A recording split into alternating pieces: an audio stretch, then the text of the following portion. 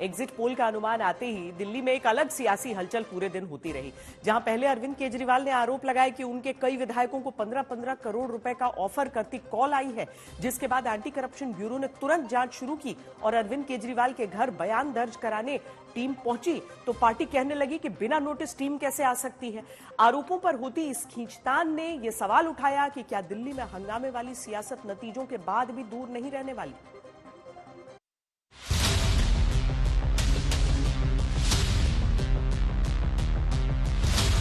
Exit poll जब कहता है कि सरकार दिल्ली में बीजेपी की बन सकती है, तो अरविंद केजरीवाल की तरफ से पहले एग्जिट पोल के सर्वे को फर्जी बताया गया। फिर आरोप लगाया गया कि 16 उम्मीदवारों को 15-15 करोड़ रुपए का ऑफर देकर पार्टी छोड़ने का कॉल आया है। इसके बाद दिल्ली में वोटों की गिनती से चंद घंटे पहले अरविंद केजरीवाल ने चुनाव आयोग पर सवाल उठाए। सोशल मीडिया पर एक पोस्ट में लिखा, कई बार अनुरोध करने के बावजूद चुनाव आयोग ने फॉर्म 17C और हर विधानसभा में बूथ पर डाले गए वोटों का नंबर अपलोड करने से इनकार कर दिया है। सवाल है, परिणाम से पहले आरोपों की इस राजनीति का मकसद क्या है? क्या एग्जिट पोल में हार के अनुमान के बीच अरविंद केजरीवाल की तरफ से लगाए गए आरोप भी उन्हें और भारी पड़ सकते हैं? जहां अपने 16 उम्मीदवारों को 15-15 करोड़ के ऑफर वाली कॉल आने का आरोप पहले आम आदमी पार्टी लगाती है। बेईमान पार्टी है इस देश में भारतीय जनता पार्टी, जो तोड़ तोड़ के विधायकों को, सरकारों को गिराती है। हमने उस पूरे मामले की शिकायत खुद से दी है और जांच की मांग की है। वीरेंद्र सचदेवा कल हमारे आरोपों के बाद घबरा के नौटंकी करने पहुंच गए वहां एलजी के पास।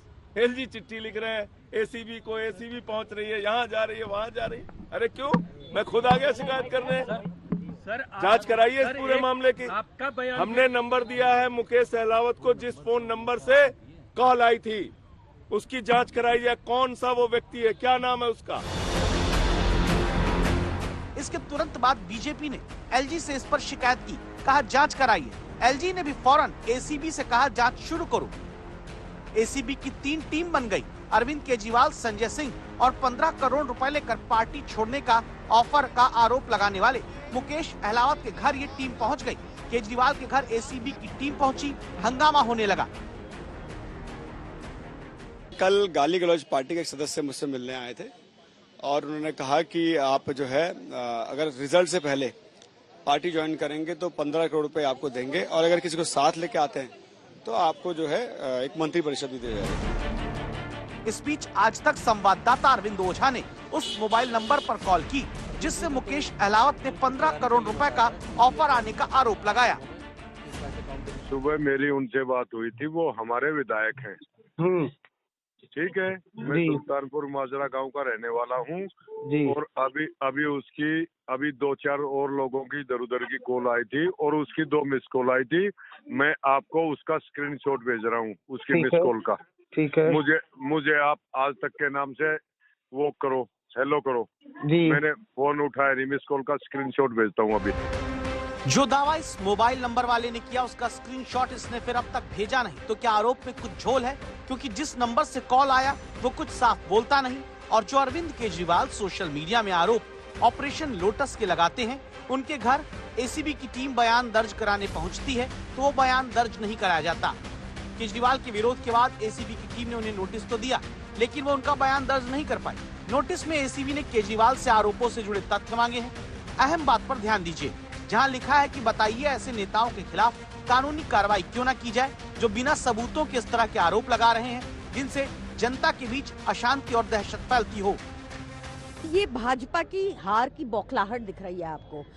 ये फड़फड़ाता हुआ दिया एक बार फिर से अरविंद केजरीवाल जी पे किसी तरह ट्रबल करना चाहता है उनको हारने से पहले। ये कल के नतीजे दिखा रहे हैं आपको।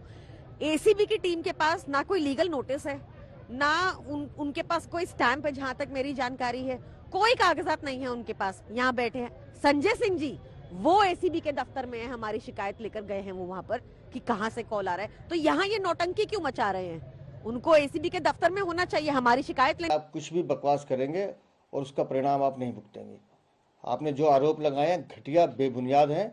अगर आपके पास तथ्य हैं तो रखिए, नहीं तो फिर इसका परिणाम भुगतने के लिए तैयार रहिए। दूसरी तरफ मीडिया में प्रेस कॉन्फ्रेंस से लेकर एसीबी के दफ्तर तक संजय सिंह खुद पहुंचते तो हैं, लेकिन सूत्र कहते हैं कि जांच में सहयोग संजय सिंह ने भी नहीं किया। जिन 16 उम्मीदवारों को 15-15 करोड़ के कॉल का आरोप लगाया गया, उनका नाम तक मुहैया नहीं करवाया। संजय सिंह ने सिर्फ मुकेश अहलावत का नाम लिया। संजय सिंह ने अपनी तरफ से लिखित शिकायत दी तो उसमें भी नाम सारे उम्मीदवारों के नहीं दिए। अब अभी तो पता ही नहीं कि इनके विधायक कितने आएंगे भी कि नहीं आएंगे, वो बिकने लायक रहेंगे भी कि नहीं रहेंगे, तो कल के बाद पता चलेगा। लेकिन पहले से ऐसी बातें करके पता नहीं कौन सी सनसनी फैलाना चाहते हैं, पता नहीं कौन सी साजिश को आज के अपने स्टेटमेंट के आधार पे वो आगे बढ़ाना चाहते हैं। मुझे लगता है अब आगे अपने राजनीतिक जीवन में ट्वीट पे ही मिलेंगे अरविंद केजरीवाल। अब जनता तो इनको नहीं बिठाने वाली है, जिस प्रकार का इनका चाल चरित्र और इनका नियत रहा है। रही बात हॉर्स ट्रेडिंग की, उसको हम लोग निश्चित रूप से गंभीरता से ले रहे हैं और हम इसकी कंप्लेन भी कर रहे हैं। देखिए, कल गाली गलौज पार्टी के एक सदस्य मुझसे मिलने आए थे और उन्होंने कहा कि आप जो है अगर रिजल्ट से पहले पार्टी ज्वाइन करेंगे तो 15 करोड़ रुपए आपको देंगे और अगर किसी को साथ लेके आते हैं तो आपको जो है एक मंत्री परिषद भी दिया जाएगा। तो मैं जानना चाहता हूं कि इतना सर्वेज आ रहे हैं, इतना जो है दिखा रहा है कि इनकी सरकार बन रही है, तो इसका मतलब कहीं ना कहीं ये सर्वेज फर्जी है और मैन्युफैक्चर्ड है और ये चाहते हैं दिल्ली को में तोड़फोड़ करके सरकार बनाई जाए। लेकिन दिल्ली की जनता बहुत समझदार है। एविडेंस कहाँ है? बैठक में एविडेंस